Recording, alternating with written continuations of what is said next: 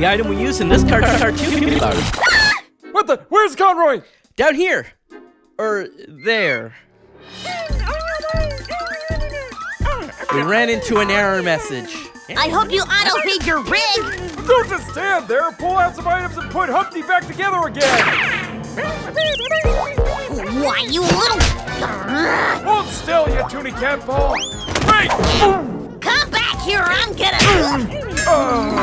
Someone give me a hand! Fix it!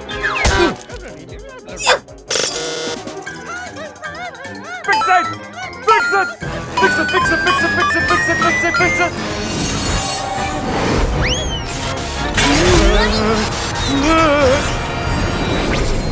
I feel naked.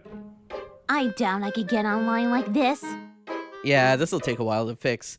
Sorry about that, viewers. We'll see you next time. Later. Rest in peace, Tiberius. Nice cross-promotion, but this is the blue shell for Mario Kart. It takes out whoever is first. Hold it, you're gonna be racing? First chip of a new bag. It has other uses. Pre-order Brawlout 76 first and get this exclusive figure.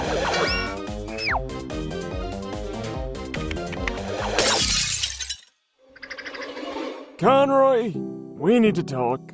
Your obsession with being first has gone too far. You're robbing others of that experience.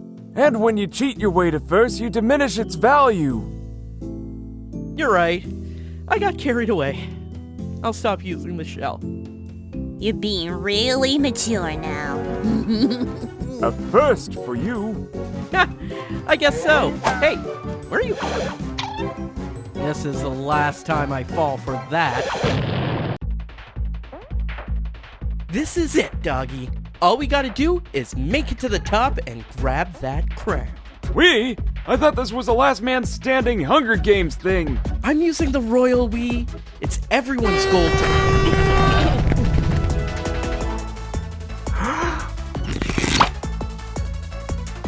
Oi, you trying to cheat?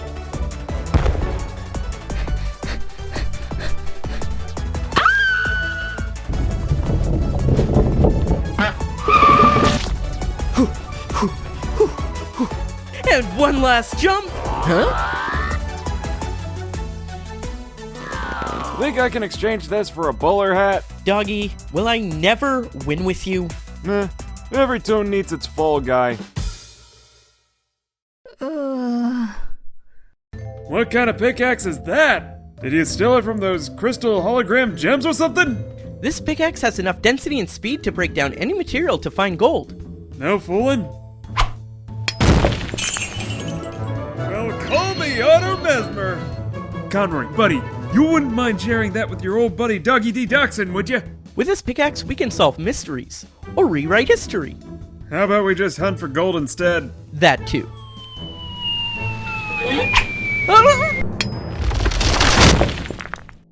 Haha!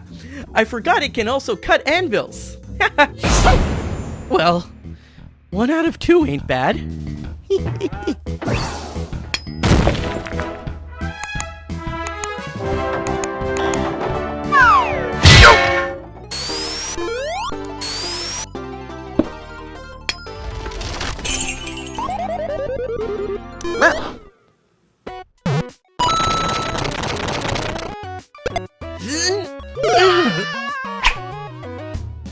Yes, sir. Not a bad haul.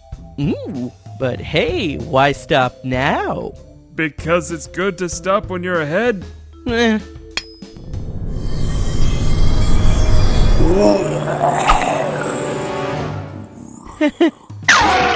Jeez, what's with all the gratuitous crossovers in this episode? Less sarcastic quipping. More running! Okay, what is it? Seriously? Here, let me show you. Woohoo! Do that again. Woo! Ha! Wah-ha! Hey, what?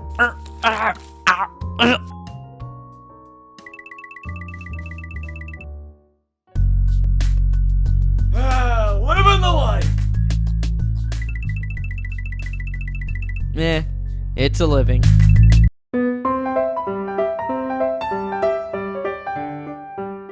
by the stars of Dtoons these days, I tell ya! So you ever wonder what would happen if you take a side of Disney Princess, mix it in a bowl with My Little Pony, grate it in some Cartoon Network style humor, and add a dash of rainbow or two? Well, wonder no more, because Disney did exactly that with this new show called Star vs. the Forces of Evil. So it's about this princess from another dimension who gets sent to our world because her parents feel that she's not ready to be a princess yet. Kinda like Enchanted, only without the live-action garbage. Anyway, she got sent to this average high school where she's assigned to partner with this totally not a love interest boy named Marco. A kid who is so totally safe that he gets made fun of for not taking dangerous risks and being safe. Yeah, apparently not getting yourself killed is worth something ridiculing over. Oh, and Star sometimes gets a visit from her friend, a sassy floating unicorn head. Maybe she's from that other magical horse cartoon that somehow wandered into a magic dog food factory or something. And lived. I know Disney is big on princesses. I mean, after all, princess movies is what brings in the big moolah for the Mouse Corporation, so it was only a matter of time until they released a princess-themed show to run alongside stuff like Gravity Falls and Phineas and Ferb, but man, they went overboard with the wackiness. I mean, Rainbow's on fire? Wow, that's so totally radical and cool! Wow, we actually went there again. So yeah, if you like seeing girls kick butts, alright I guess. Disney has such big faith in the show that they renewed it for a second season before the first season really aired. Yeah, we know how that worked out the last time somebody did that to a cartoon. This is the Cleveland Show. Ha! Invader Zim, what can you say? Before everyone and their grandma got in on it, Zim was the tune to go to for random insane screaming, and it's a miracle that nobody got lung damage over the course of the show, cause there was a lot of that to go around. Screaming, that is. Anyway, Invader Zim tells the story of the titular alien, a megalomaniacal midget from outer space called Zim and his insane robot lackey Kura, and the frequent failed attempts to conquer Earth. Kinda like Pinky and the Brain with a reoccurring antagonist, Zim's archenemy in his mission to conquer Earth is a spooky, big-headed Twinkie called Dib who's determined to prove that Zim is an alien. Needless to say, these two never succeed. Probably the bar setter for dark comedy among Nicktoons, this show boasts a distinct look and feel. And if you get past the screaming and the bleak hopelessness that faces the main characters, it can be pretty entertaining. Oh, geesh, this show! Okay, riddle me this, kiddos. How important are card games? Not very? Well, congratulations, you all have lives. But not the people in this show, oh no. In this show, card games are a matter of life and death. Literally. This show, Yugio, takes place in a world where this card game is the most popular thing ever, and we follow around a bug-eyed twerp with the craziest hair you'll ever see, called Yugi. He differs from the other card-loving eggheads for the fact that he has some kind of weird Jekyll and Hyde split personality deal involving a reincarnated pharaoh. It only gets crazier from there. Yugi and his friends travel about dueling in this game trying to defeat a fake British guy called Pegasus. And even though it shouldn't, things get insanely complicated from there on in, involving ancient gods, vendettas, and the creepiest rendition of Pinocchio ever. All you need to know is that every problem ever is resolved with a card game, no matter how high or low the stakes. Rich guy steals a grandpappy's album? Break out the cards. Friend gets kidnapped by terrorists? You better shuffle that deck, Jack. Heck, I bet you a nickel that these bozos will play cards over the last slice of pizza. Okay, I admit it, I was into this show, mostly because I like Yugi's story. A boy possessed by an ancient spirit that helps him fight his battles. That could make for a great series on its own. But unfortunately, we're stuck watching people play a card game. All it is people telling their opponents and the audience what each card does, have their friends explain it again, and then when they attack, the opponent activates a trap, and etc, etc. And what's weird is that almost every threat the hero faces all comes down to people having to play a children's card game. And everyone plays the game, even corporate CEOs looking for revenge, challenging people at this game. I don't know if I'll cover the other Yu-Gi-Oh series in the future, but my general feel is that this show, while mildly fun to look at, is just plain dumb. Just watch Lil Karibo's abridged version instead. Lame. Hey, Hey, Disney, what's going on with ya? First you make a show about kids with shapes for heads, then you buy 4,000 superheroes, and now you make this show. I had to check to make sure I wasn't watching regular show again. What happened to Disney cartoons looking like Disney cartoons? You're even changing the look of your old Toons. Oi! And I see this Gravity Falls is made by a guy who wrote for Fishhooks and Flapjack.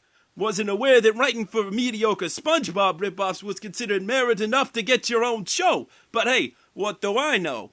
Anyway, Gravity Falls is about these twins that form a straight guy and Jim Carrey duo, and they're spending the summer in this weird little town with their weird great uncle, known as Grunkle in idiot speak, Stan. As you can see, Stan is pretty much Carl Fredricksen if Carl were taller, less charming, less pleasant, and liked to scam idiots. Stan watches over the kids, and on the side puts them to work in his tourist trap full of mutilated animals. Dipper comes across his weird book and starts noticing weird things happening around town. Such as a bunch of gnomes wanting to make his sister into their queen. Poltergeists with weird fursuit fetishes. And kid psychics trying to cut people's tongues out with scissors. Did I mention this is a Disney toon meant for kids? Anyway, we're still early on in this show's run, so I ain't got much to say, except you crazy kids will enjoy your crazy mystery shows. I bet the real mystery of this show is where the heck are the censors? Oh, jeez, of all the shows they had to bring back from the dead, it had to be this one. And let me tell you now, Jack, this show has some sort of horrible curse upon it or something. Why, I've seen it draw the mightiest of men into its grasp. Popeye, G.I. Joe, Goku, all of them are stinking obsessed with it. Me, though? I don't give enough of a hoot to care. Conroy, on the other hand, I worried about, so I went and locked him in a box beforehand. I'd let him out if I could remember where I put the box. I'm getting sidetracked. The story pretty much revolves around these technicolor donkeys that live in an aquarium. They're an an aquarium. All it's basically about is making friends, mystical kingdoms, celestial princesses, magical moon stuff, all that hooey. Yeah, so it's pretty much a cross between Sailor Moon and Mr. Ed. And seriously, how could any show that's a combination of those two be considered good? And yep, that about sums it up. Now I gotta go find a certain box while I have that stupid theme song stuck in my head for 13 more years!